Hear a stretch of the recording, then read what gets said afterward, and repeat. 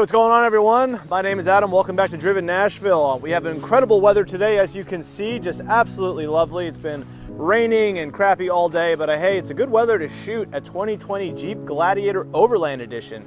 Now, this is called Sting Gray, also known as Ceramic Gray. This is one awesome looking vehicle, if I do say so myself. This is an almost 70,000 MSRP from Jeep, if you can believe that. This has open country wheels, it has rough country upgrades, has Fox suspension, has rear and front locking diffs, heated and cooled steering wheel, heated and cooled seats. Actually, I don't know if the seats are cooled, but I know for a fact they're heated.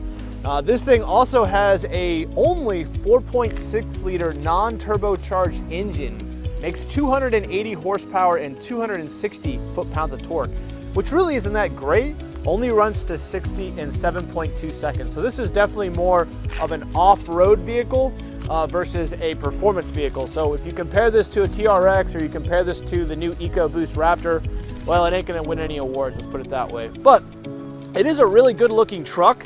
Also, a couple of other things, you know, it can tow pretty good amount. It can tow over 7,000 pounds. But this is not electric, that's another zonk. If you want to compare it to, let's say, any of the other trucks I just listed. Only has a 5-foot bed as well. Also notice that there isn't any charging ports back here. So just a couple of things that, you know, they kind of missed, I guess, if you're comparing this to the F-150 or comparing this to the TRX. So overall, though, considering that the last vehicle that Jeep made was in the 90s that had a bed, and that was the Comanche, they've definitely done a pretty darn good job on their first attempt. So this is going to be more of a quick review. If you're interested in buying one of these, hopefully this helps. I am going to take this on a point of view drive to Clarksville. Obviously, these wheels do make a lot of noise, so be mindful of that. You know, guys, I do have to say the Distronic Cruise is cooking through traffic here in the rain, no problem. It's actually been quite good. So from that point of view, I do think this is, you know, practical. Sometimes Distronic doesn't work as good, and even Tesla sometimes has a hard time with weather, you know. But so far, this is nice. It's getting me through this this I-65 traffic, no problem. If you get the stock one, it's going to be a little bit better, but definitely gives you a ton of off-road capability as it sits here. And then also, if you didn't know, and I think this is probably one of the best selling points of the vehicle, is these doors and the roof panel up here can all be removed. So you can, in nice seasonal weather, right, in the summer times of the world, you can go ahead and open all of this up. But outside of that, I mean, these seats, again, you compare this to the new Recaros in the F-150 or the TRX, frankly, they're just not that great. If you compare the infotainment screen, if you compare the front, now I'm a sucker for gauges, which is nice, and they do through the TFT screen inside, but not that many amazing creature comforts. Steering wheel feels nice, it's leather wrapped and all that, but again, for this type of money, I mean, you're talking about a $70,000 truck. I mean, just look at the doors, you know, look at the trim. Like, it's nothing that's going to wow you. So it's absolutely an off-road vehicle. It comes across like one. So just keep that in mind. It's also a little tighter back here than the F-150s of the world. You just don't have quite as much space, quite as much rear legroom. So, you know, again, it's definitely an off-road vehicle, but I wanted to mention that. But I will just tell you real quick, I do like the way this thing looks, especially with all these upgrades and all these wheels. Like, it's a good looking vehicle, guys. Definitely has that street presence, that road presence that you'll want. So, you know, if you're interested in the content, go ahead and subscribe. Really appreciate the 5,000 people that have decided to subscribe to the channel. This has been a passion project now for many years. I absolutely love cars. I absolutely love trucks. I love making content. It's always been a passion of mine to be an automotive journalist. And it's been fun that I get to cash flow it. Now, this is actually a truck that is for sale. So I wanted to end this little introduction here. This truck, I don't know 100% what it's going to be for sale for, but probably somewhere in the mid to high 40s is what this thing. So you're talking about a $30,000 cost savings of what it was new, because it was over 70, I think it was right around $70,000 MSRP from Jeep with all these upgrades. So if you're interested, go ahead and throw us a message, link to the Direct Auto website where you can view this truck and learn more about it. But let's take this for a drive and see what I think. All right, guys, we're in this Jeep Gladiator here. 37-inch tires, 20-inch wheels on this bad boy. And listen. You could hear them and you could feel these knobby tires. Just listen.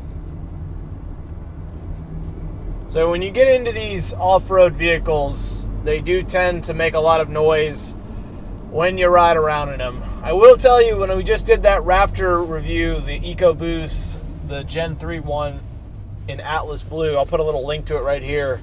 Those are 37-inch wheels that have the 37 package on it as well, and I will tell you, that thing was incredibly quiet. Now, grant you, those wheels only had about 2,500 miles on them. I'm sure they'll get louder as the truck ages. These were probably a lot quieter when they first started out. But now that they have almost 30,000 miles on them, I'm pretty sure they're the original tires. You know, at the end of the day, they probably could do with a change or in the near future. Now, the suspension of this vehicle, you know, it's not beating me up too bad, but I will tell you, you do feel a lot of the road. You know, first impressions of the vehicle, it's fairly quiet.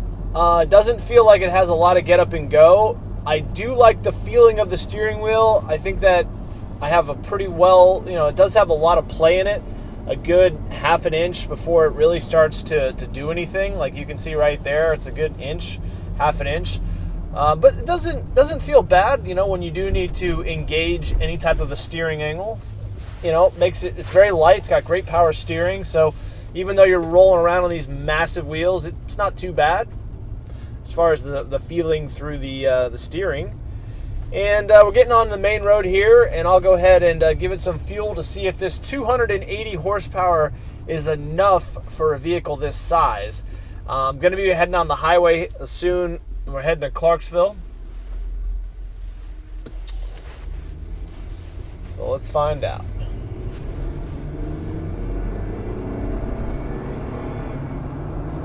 I mean, it's got enough power, but it just doesn't feel like that Raptor, you know, or the TRX. And the reality is, this thing was $70,000 new.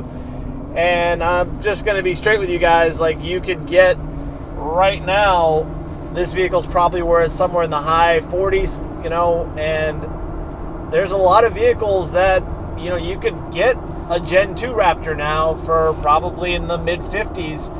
And I think that's still going to be an overall better vehicle that you'll love. Now, if you're just a Jeep fan and you love to take off the doors and the roof and all of that, you still want all the off-road capability, really no, and I'm just going to be honest with you guys, I don't know how the previous owner drove this thing for 30,000 miles. Like, good Lord, with these big knobby wheels, it's just picking up every little detail in the road.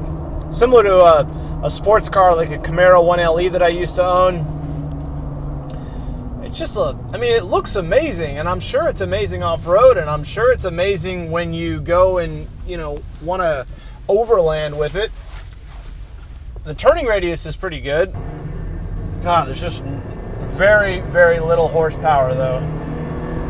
I mean, the thing really has got to run out to get any power out of it, but you can get up to speed. It's not necessarily underpowered, it just, I mean, it's 7.2 to 60, right? So it's not going to overwhelm you. You can hear how loud the truck is, though, when you are up to speed. I mean, 50 miles an hour.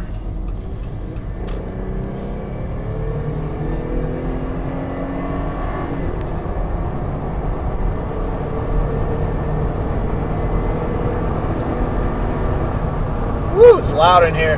Listen to all that wind. Yeah, this thing's definitely not aerodynamic. We will go ahead and cruise control all the way to Clarksville, though. You know, it says it gets between 16 and 20 miles a gallon, but I think this particular one is probably going to average no more than 15 or 16 on the highway as we make our way to Clarksville. And it's also going to roll over 30,000 miles today. I don't know if you can see the screen or not.